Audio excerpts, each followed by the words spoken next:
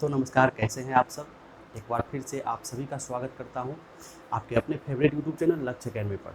Dear students, आज के class में हम लोग एक बहुत ही इम्पोर्टेंट कॉन्सेप्ट पढ़ने वाले हैं, एक बहुत ही इम्पोर्टेंट टॉपिक पढ़ने वाले हैं और इस टॉपिक का नाम है ब्लेंडर एक्सपेरिमेंट। हम लोग चैप्टर 6 में जो हम लोग पढ़ रहे हैं आनुवांशिक पदार्थ की खोज, इसके तहत हम लोगों ने पिछले क्लास में हम लोगों ने देखा कुछ अलग अलग तरह के प्रयोग, एक्सपेरिमेंट। और आज का हमारा ये जो नया प्रयोग है, नया एक्सपेरिमेंट है, ब्लेंडर एक्सपेरिमेंट जिसे कहा जाता है, ये इस बात का स्पष्ट प्रमाण देता है कि आनुवांशिक पदार्थ जो है वो डीएनए ही है, वो प्रोटीन नहीं है। तो चलिए देखते हैं कि ये जो एक्सपेरिमेंट है वो किस तरह से किया गया था और किस तरह से इसको ये पता लगाया गया था कि सच में जो है वो डीएनए ही जो है वो आनुवांशिक पदार्थ के रूप में काम करता है। तो हर्शे एवं चेस नाम के दो वैज्ञानिक थे, ठीक है। हर्शे और चेस नाम के दो वैज्ञानिक थे जिन्होंने 1952 ईस्वी में, ठीक है, यहाँ पर मैं लिख देता हूँ कि 1952 ईस्वी में हर्शे एवं चेस नाम के वैज्ञानिक ने एक एक्सपेरिमेंट किया जिसे ब्लेंडर एक्सपेरिमेंट कहा जाता है। और इस एक्सपेरिमेंट के तहत उन्होंने स्पष्ट प्रमाण दे दिया कि आनुवांशिक पदार्थ जो है वो डीएनए ही है, वो न तो प्रोटीन है, ठीक है। तो जरा सा देखते हैं कि इन्होंने क्या किया। सबसे पहले इन्होंने एक्सपेरिमेंट किस चीज़ पर किया, तो इन्होंने एक्सपेरिमेंट किया एक वायरस पर, एक जीवाणु पर, ठीक है। इनका जो एक्सपेरिमेंट था वो एक वायरस पर था, जिस वायरस को बैक्टीरियोफाज कहा जाता है। क्या कहा जाता है? इस वायरस को बैक्टीरियोफाज कहा जाता है। हिंदी में अगर बात करूं तो इसको क्या बोलेंगे हम लोग? जीवाणु भोजी बोलेंगे, जीवाणु भोजी। अब देखिए हिंदी में नाम से आपको पता चल रहा होगा, जीवाणु और भोजी मतलब भोजन, यानी वैसे वायरस, वैसे विषाणु जिनका भोजन क्या हो, जीवाणु हो, उसे हम लोग क्या कहते हैं? जीवाणु भोजी कहते हैं। कहने का मतलब ये जो बैक्टीरियोफाज है, इसमें बैक्टीरियो से आपका बैक्टीरिया समझ में आता है, यानी कि ये क्या समझ में आता है? जीवाणु समझ में आता है, ठीक है। और फाज का मतलब क्या होता है? फाज का मतलब संक्रमण करने वाला, ठीक है। यहाँ पर मैं आपको लिख देता हूँ संक्रमण। फाज का मतलब संक्रमण, यानी बैक्टीरियोफाज जो है ये एक वायरस है, बैक्टीरियोफाज जो है ये एक विषाणु है, ठीक है। बैक्टीरियोफाज एक विषाणु है जो क्या करता है कि बैक्टीरिया पर, यानी कि जीवाणु को संक्रमित करता है, जीवाणु पर अटैक करता है, ठीक है। इसीलिए इसका नाम हो गया जीवाणु भोजी यानी बैक्टीरियोफाज, वो विषाणु जो जीवाणु को क्या करता हो? संक्रमित करता हो। समझ में आ गई बात। अब देखिए बैक्टीरियोफाज भी अलग अलग तरह के होते हैं। बैक्टीरियोफाज में जो सबसे सिंपल बैक्टीरियोफाज है वो कौन सा है? T2 bacteriophage. तो इस एक्सपेरिमेंट के लिए जिस वायरस को, जिस विषाणु को चुना गया, जिस बैक्टीरियोफाज को चुना गया, वो T2 बैक्टीरियोफाज को चुना गया। क्यों चुना गया? क्योंकि ये सबसे सिंपल इसका स्ट्रक्चर होता है। कैसा स्ट्रक्चर होता है इसका? तो कुछ इस तरह से होता है, ठीक है। कुछ इस तरह से इसका सिंपल स्ट्रक्चर होता है, ठीक है। इसमें क्या होता है कि ये बाहर वाला जो आप देख पा रहे हैं ये प्रोटीन का कोट होता है। ये क्या चीज़ का होता है? इसको कोट कहते हैं। ये प्रोटीन का बना हुआ होता है और इसके अंदर जो है क्या होता है? आनुवांशिक पदार्थ होता है, डीएनए। समझ में आ गई बात। ये साधारण सा सिंपल सा स्ट्रक्चर है इस T2 बैक्टीरियोफाज का, जिसके अंदर एक डीएनए होता है, डीएनए मॉलिक्यूल होता है और साथ में क्या होता है? प्रोटीन होता है, प्रोटीन कोट होता है। अब देखिए जिस बैक्टीरिया को ये संक्रमित करेगा, हम यहाँ पर जो बैक्टीरिया खास करके लेंगे वो हम किसके बारे में बात करेंगे? वो हम बात करेंगे ई कोलाई के बारे में, ठीक है। किसके बारे में हम बात करेंगे? ई कोलाई के बारे में। समझ में आ गई बात। अब देखिए ई कोलाई, इस चिड़िया कोलाई भी इसको हम लोग कहते हैं, इसको हम लोग ई कोलाई कहते हैं। तो इस ई कोलाई बैक्टीरिया पर जब ये वायरस आएगा तो ये क्या करेगा? कुछ इस तरह से अपने टेल के माध्यम से, अपने टेल के थ्रू क्या करेगा? इससे चिपक जाएगा। अपने टेल के माध्यम से इस बैक्टीरिया से, इस जीवाणु से ये विषाणु इस तरह से चिपक जाएगा, ठीक है। तो इस तरह से ये क्या करेगा? संक्रमित कर सकता है किसको? जीवाणु को संक्रमित कर सकता है ये विषाणु। इसीलिए इस विषाणु का नाम बैक्टीरियोफाज यानी जीवाणु भोजी है। बहुत ही साधारण इसका स्ट्रक्चर है, इसमें प्रोटीन है और इसके अंदर क्या है? डीएनए मॉलिक्यूल है। समझ में आ गई बात। अब देखिए ये जो एक्सपेरिमेंट था वो किस चीज़ पर बेस्ड था, इसका आधार क्या था, यानी क्या सोचकर ये प्रोसीजर जो है ये शुरू किया गया था एक्सपेरिमेंट। तो हर्शे और चेस ने ये दिमाग लगाया था कि अगर अनुवांशिक पदार्थ के बारे में हमें पता लगाना है, तो अनुवांशिक पदार्थ हम सभी लोग जानते हैं कि अनुवांशिक पदार्थ क्या होता है, वो ट्रांसफरेबल होता है, यानी कि वो एक पीढ़ी से दूसरी पीढ़ी में जाता है। ये सब हम लोग जानते हैं, माता पिता से, पेरेंट्स से जो है वो अगले पीढ़ी में जो जेनेटिक मटेरियल अनुवांशिक पदार्थ है वो ट्रांसफ़र होता है, स्थानांतरण होता है उसका। तो उनका मानना ये था कि जब ये वायरस इस बैक्टीरिया से जाकर चिपकेगा, तो जो इस वायरस का अनुवांशिक पदार्थ है, अगर अनुवांशिक पदार्थ क्या होगा, प्रोटीन होगा, तो इसके अंदर क्या जाएगा, प्रोटीन जाएगा इस बैक्टीरिया के अंदर। और यदि अनुवांशिक पदार्थ डीएनए होगा इसका, तो इसके अंदर क्या आएगा, डीएनए आएगा। जो भी अनुवांशिक पदार्थ हो, वो चाहे वो प्रोटीन हो चाहे वो डीएनए हो, अगर प्रोटीन होगा तो इसके अंदर प्रोटीन आ जाएगा। और यदि अनुवांशिक पदार्थ डीएनए यदि होता है, तो इसके अंदर क्या आना चाहिए, डीएनए आना चाहिए। क्योंकि अनुवांशिक पदार्थ जो है वो हेरिडिटरी होते हैं, वो एक पीढ़ी से दूसरी पीढ़ी में जाते हैं। ये सब हम लोग पढ़े हुए हैं, मेंडल ने इन सब चीज़ों के बारे में बहुत कुछ हम लोगों को बताया हुआ है, ठीक है। तो यहाँ पर इसी एक्सपेरिमेंट को आगे किया गया। अब एक चीज़ यहाँ पर किया गया, लेबलिंग किया गया। अब जरा इस चीज़ को समझिए कि लेबलिंग क्या होता है। लेबलिंग क्या होता है, देखिए लेबलिंग का सीधा मतलब है कि इस बैक्टीरिया के अंदर जो चीज़ आएगा, हमें कैसे पता चलेगा कि इस बैक्टीरिया के अंदर जो है वो डीएनए ही आया है या प्रोटीन ही आया है। इस चीज़ को पहचानने के लिए, इस काम को आसान बनाने के लिए लेबलिंग एजेंट का यूज किया जाता है। इसको लेबल किया जाता है, एक टैग लगा दिया जाता है। समझ में आ रहा है ना, टैग मतलब समझ रहे हैं ना, उससे उसका कुछ खास उसमें ऐसा चीज़ कर दिया जाएगा ताकि स्पष्ट हमें पहचान में आ जाए कि हाँ ये जो है बैक्टीरिया में क्या गया है, डीएनए ही गया है वायरस का, या प्रोटीन ही गया है। उसको पहचानने के लिए सिंपल तरीका जो है क्या जाता है, लेबलिंग किया जाता है। लेबलिंग के लिए दो चीज़ यूज किया जाता है, एक फास्फोरस और एक सल्फर। फास्फोरस और सल्फर, फास्फोरस में भी फास्फोरस का आइसोटोप और सल्फर में भी सल्फर का आइसोटोप। आइसोटोप का मतलब आप लोग समझते होंगे, आइसोटोप किसे कहते हैं, ठीक है ना, आइसोटोप केमिस्ट्री में आप लोग पढ़ते होंगे। तो फास्फोरस और सल्फर दो यहाँ पर लिए गए, फास्फोरस और सल्फर, और उसके आइसोटोप लिए गए। और उसके आइसोटोप कौन वाले लिए गए, तो जरा सा ये देख लीजिए आप, फास्फोरस का 32 वाला लिया गया और सल्फर का 35 वाला लिया गया। और एक बहुत ही महत्वपूर्ण चीज़ वहाँ यहाँ पर क्या है कि दोनों ही जो आइसोटोप हैं वो कैसे हैं, रेडियो एक्टिव है, रेडियो एक्टिव आइसोटोप है, ठीक है ना। रेडियो एक्टिव आइसोटोप से आपको अच्छे समझ में आ जाना चाहिए, है ना। इसको हम कह सकते हैं, रेडियो एक्टिव का मतलब क्या होता है, विकिरण सक्रिय, विकिरण सक्रिय। आप लोग जानते होंगे कि रेडियो एक्टिव पदार्थ क्या होते हैं, है ना, रेडियो एक्टिव हम किसको बोलते हैं। तो यहाँ पर जो फास्फोरस और सल्फर है, यहाँ पर फास्फोरस का 32 वाला आइसोटोप और सल्फर का 35 वाला आइसोटोप चूज किया गया इस काम के लिए कि ये पता लगाने के लिए कि इसके अंदर जो गया है वो डीएनए ही गया है या वो प्रोटीन ही गया है। इस चीज़ को पता लगाने के लिए यहाँ पर रेडियो एक्टिव आइसोटोप यूज किया गया, फास्फोरस का और सल्फर का। अब देखिए यहाँ पर एक और खास चीज़ है, इस वायरस के डीएनए को, इस वायरस के डीएनए को लेबलिंग करने के लिए इस दोनों में से कौन सा चूज किया गया, तो फास्फोरस 32 चूज किया गया। फास्फोरस 32 क्या कर सकता है, ये डीएनए को, इसके डीएनए को आसानी से लेबलिंग कर सकता है, इसको एक नया पहचान दे सकता है। समझ में आ गई बात। लेकिन इसका कारण क्यों है, मतलब ऐसा क्यों है ना, क्यों, क्योंकि इस डीएनए में क्या होता है, इस डीएनए में फॉस्फोरिक एसिड होता है।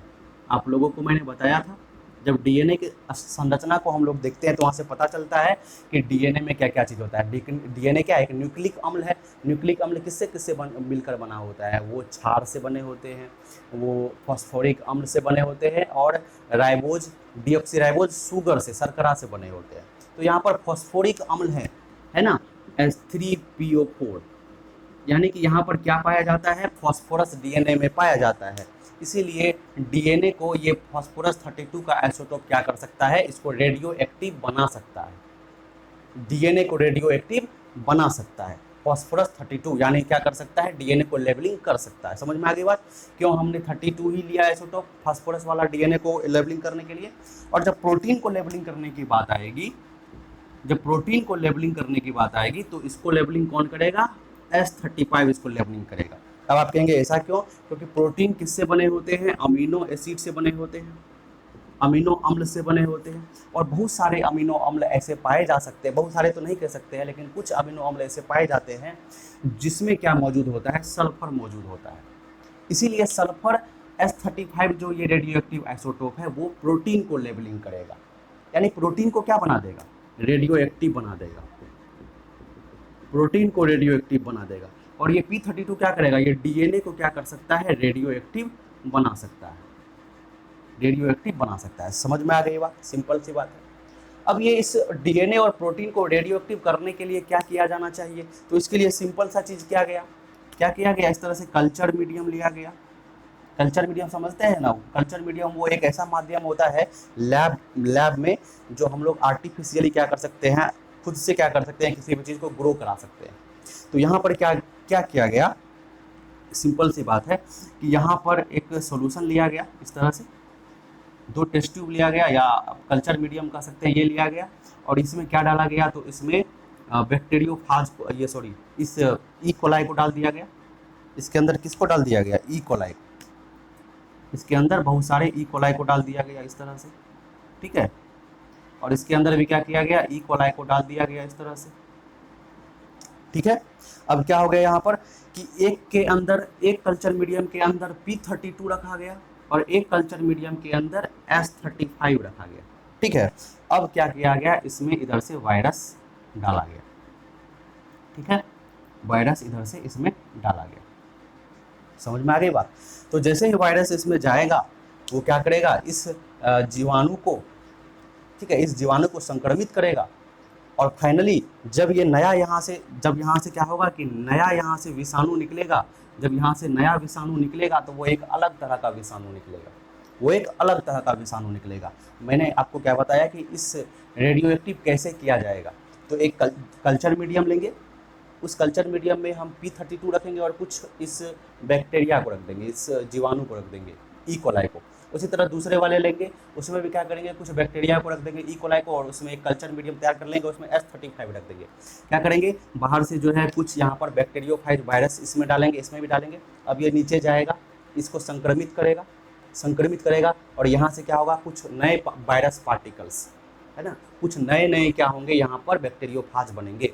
और जब यहाँ से नया बैक्टीरियोफाज जब निकलेगा तो वो बैक्टीरियोफाज कैसा होगा, अगर वो इससे निकलेगा तो डीएनए लेवल हो जाएगा इसका, क्योंकि यहाँ पर हमने P32 लिया है तो यहाँ पर क्या हो जाएगा, डीएनए लेवल हो जाएगा। तो जरा सा मैं आपको इस तरह से दिखा दूँ,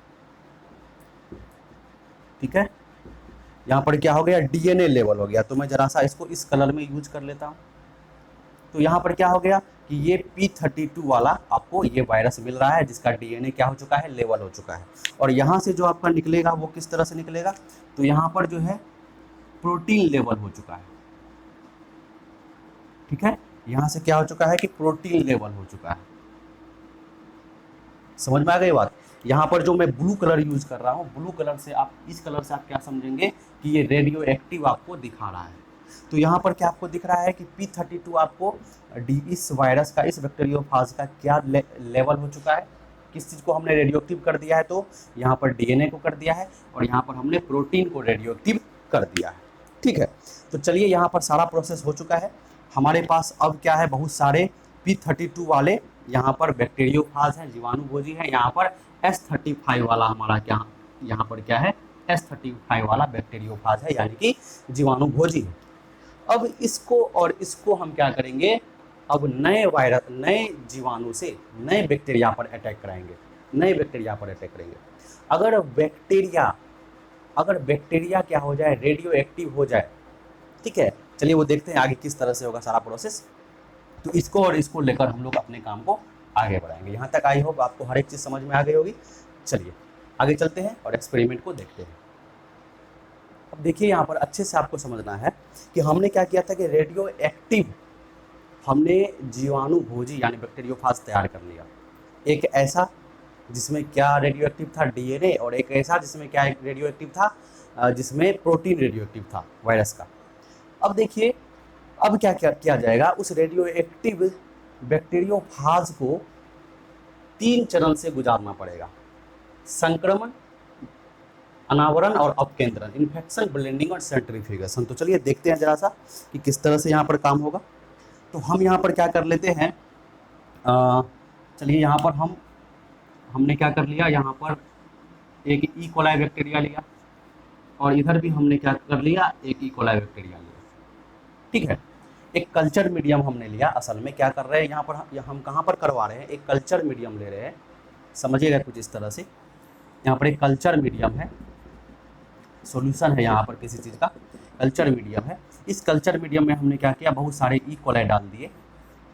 क्या कर दिया हमने, बहुत सारा ई कोलाई डाल दिया और हमने क्या किया, यहाँ से हमने यहाँ पर वायरस को भेजा, हमने यहाँ पर वायरस को भेजा इस तरह से। लेकिन ये वायरस सामान्य वायरस नहीं है, ये वायरस रेडियो एक्टिव है। इनका क्या है, डीएनए क्या है, वो रेडियो एक्टिव है। ठीक है, तो ये वायरस ये विषाणु क्या करेंगे, किसी न किसी बैक्टीरिया पर जाकर अटैक करेंगे, उस पर जाकर उसको संक्रमित करेंगे। ठीक है, एक ये कल्चर मीडियम हुआ। एक और कल्चर मीडियम इसी तरह का लिया जाएगा, जिसमें क्या किया जाएगा, बहुत सारे यहाँ पर ई कोलाई बैक्टीरिया जो है वो रख दिए जाएंगे, ई कोलाई बैक्टीरिया जो है वो रख दिया जाएगा। और यहाँ पर क्या जाएगा कि इस वायरस को इस कल्चर मीडियम में डाला जाएगा। लेकिन यहाँ पर क्या चीज़ है ना, यहाँ पर क्या चीज़ है, तो यहाँ पर प्रोटीन जो है वो रेडियो एक्टिव है। ठीक है, तो कुछ इस तरह का चीज़ हो रहा है, कल्चर मीडियम में हो रहा है, वही मैं आपको बताना चाह रहा था। अब देखिए यहाँ पर सबसे पहले क्या है कि सबसे पहला काम कराया जाएगा इन्फेक्शन, यानी ये जो बैक्टीरिया हैं, ये जो आपके जीवाणु हैं, ठीक है, जीवाणु के पास भी अपना आनुवांशिक पदार्थ डीएनए है, आरएनए है, जो भी है, ठीक है, ये इसके पास है। अब सबसे पहले हम संक्रमण कराएंगे। तो संक्रमण हम किससे कराएंगे, तो 2 चीज़ हमारे पास है, एक ऐसा जीवाणु भोजी है जिसका डीएनए रेडियो एक्टिव है और एक ऐसा जीवाणु भोजी है जिसका प्रोटीन रेडियो एक्टिव है। तो दोनों से कराएंगे अलग अलग कल्चर मीडियम में। तो हमने क्या किया, यहाँ पर एक ये करा दिया, चलिए ठीक है, एक ये करा दिया। ठीक है, इसको हमने कराया। यहाँ पर क्या है आपका रेडियो एक्टिव, क्या चीज़ है, रेडियो एक्टिव, इस वायरस के पास क्या चीज़ है, P32 है, रेडियो एक्टिव डीएनए है, यानी P32 है इसके पास। अब देखिए दूसरा यहाँ पर हमने क्या किया, दूसरे कल्चर मीडियम में हमने जो वायरस पार्टिकल लिए हैं, ये वायरस पार्टिकल कैसे हैं, तो इसका प्रोटीन क्या है, इसका क्या है कि इसका प्रोटीन रेडियो एक्टिव है। ठीक है ना, इसका क्या है कि प्रोटीन रेडियो एक्टिव है, यानी ये क्या है आपका रेडियो एक्टिव है, यानी S35 है। तो हमने ये संक्रमण करा लिया। ठीक है, अब जब हम संक्रमण कराएंगे तो आप खुद सोचिए कि क्या होगा। अब जो भी अनुवांशिक पदार्थ हो, चाहे वो प्रोटीन हो चाहे वो डीएनए हो, वो इस बैक्टीरिया के अंदर आ जाएगा। वो कहाँ आएगा, इस बैक्टीरिया के अंदर आएगा। ठीक है, तो जैसे ही संक्रमण हुआ, इन्फेक्शन हुआ, अब इसके अनुवांशिक पदार्थ, चाहे वो डीएनए हो चाहे वो प्रोटीन हो, वो उस बैक्टीरिया के अंदर आना शुरू हो जाएंगे, है ना, वो उस बैक्टीरिया के क्या हो जाएंगे, अंदर आ जाएंगे। समझ में आ गई बात? तो इस तरह से समझिए आप। ठीक है, चलिए इसको हम क्या करते हैं, इसको सैंपल ए नाम दे देते हैं और इसको सैंपल बी नाम दे देते हैं। तो हमारा ये ए सैंपल हो गया, ये हमारा बी सैंपल हो गया। ठीक है, अब देखिए आगे देखिए क्या होगा यहाँ से। तो यहाँ से कुछ इस तरह से होगा। तो यहाँ पर संक्रमण कराने के बाद अब दूसरा प्रोसेस करा गया जिसको ब्लेंडिंग कहा जाता है। ब्लेंडिंग में क्या करा गया, सिंपल सी बात है कि जो भी अनुवांशिक पदार्थ है वो इसके अंदर आ गया, बैक्टीरिया के अंदर आ गया। अब क्या किया गया, इसको, इस सॉल्यूशन को क्या किया गया, इस तरह से हिला दिया गया, इस तरह से पकड़ के इस तरह से एजिटेट कर दिया गया, हिला दिया गया, जिसको ब्लेंडिंग कहते हैं। जैसे ही इसको हिला दिया जाएगा तो क्या होगा बताइए, ये जो प्रोटीन का कोट है ना, या जो भी वो चीज़ है जो अंदर नहीं गया है, वो जो इस पर लगा हुआ है, चिपका हुआ है, वो क्या होगा, वो इससे अलग हो जाएगा। यानी अब क्या होगा, कुछ इस तरह से होगा। देखिए जब ब्लेंडिंग कराया जाएगा तो कुछ इस तरह से होगा। ठीक है, कुछ इस तरह से होगा ब्लेंडिंग कराने के बाद। चलिए हम ये मानकर चलते हैं, हम इस बैक्टीरिया के डीएनए को या आरएनए, इसका जो अनुवांशिक पदार्थ है, इसको नेग्लेक्ट करके चलते हैं। ठीक है, हम मानते हैं कि यहाँ पर कुछ नहीं है, क्योंकि हमको पूरा का पूरा फोकस जो है वो कहाँ रखना है, यहाँ पर रखना है, वायरस पर रखना है। तो देखिए क्या हुआ, यहाँ पर कुछ इस तरह से हुआ। ठीक है,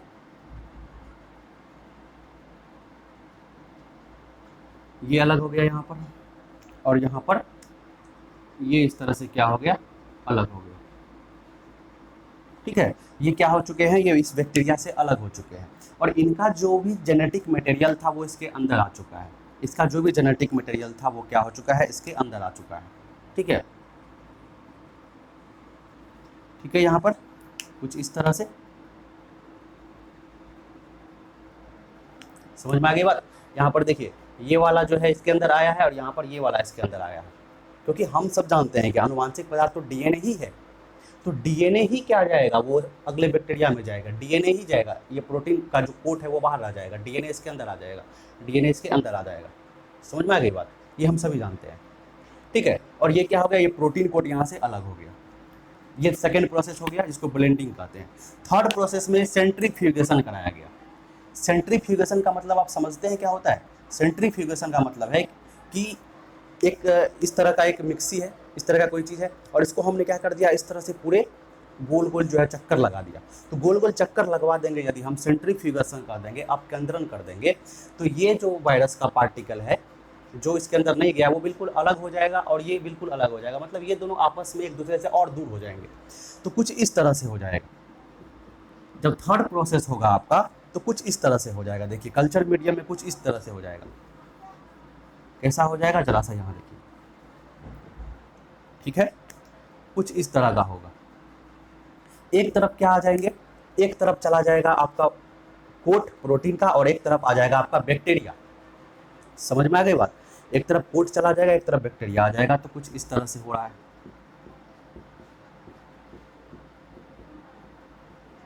ठीक है, और यहाँ पर क्या आ गए, यहाँ पर जो है वो बैक्टीरिया आ गया। चलिए मैं इसी कलर से इसको बनाता हूँ, चलिए ठीक ही रहेगा। ये हो गया और ये, ठीक है, यहाँ पर बैक्टीरिया, यहाँ पर बैक्टीरिया। ठीक है, उसी प्रकार यहाँ पर क्या होगा आपका, यहाँ पर भी ये प्रोटीन कोट अलग हो रहा है तो ये और अलग हो जाएगा और ये एक तरफ चला जाएगा, ये एक तरफ चला जाएगा, ये एक तरफ चला जाएगा। ये हल्के होते हैं, प्रोटीन कोट हल्का है तो ये अलग चला जाएगा। ठीक है, डीएनए मॉलिक्यूल थोड़ा हेवी होता है इससे, तो वो नीचे जाकर बैठ जाएगा। ठीक है, तो वो कुछ इस तरह से हो जाएगा आपका, कुछ इस तरह से हो जाएगा। ठीक है, अब जब देखा जाएगा इसमें तो इसमें ये चीज़ होगा। क्लियर है बात, क्लियर है बात। चलिए अब यहाँ पर क्या होगा, यहाँ पर बहुत सारे बैक्टीरिया हैं, यहाँ पर बहुत सारे बैक्टीरिया हैं। अब स्टडी किया जाएगा। ये तो सभी जानते हैं कि जो बैक्टीरिया है वो नीचे ही बैठा हुआ है, जो बैक्टीरिया है वो नीचे बैठा हुआ होगा क्योंकि वो हल्का है ना।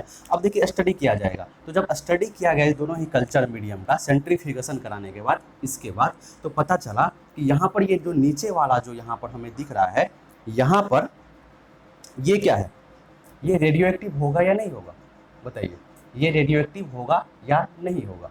अब देखिए सिंपल सी बात है कि हमने क्या किया था, इसको P32 से लेवल किया था। तो यहाँ पर ये जितने भी बैक्टीरिया हैं वो कैसे दिखेंगे, ये सभी रेडियो एक्टिव दिखेंगे। ये सभी क्या दिखेंगे, रेडियो एक्टिव दिखेंगे। तो ये सभी के सभी कैसे दिख रहे हैं, रेडियो एक्टिव दिख रहे थे और ये नॉन रेडियो एक्टिव दिख रहे थे।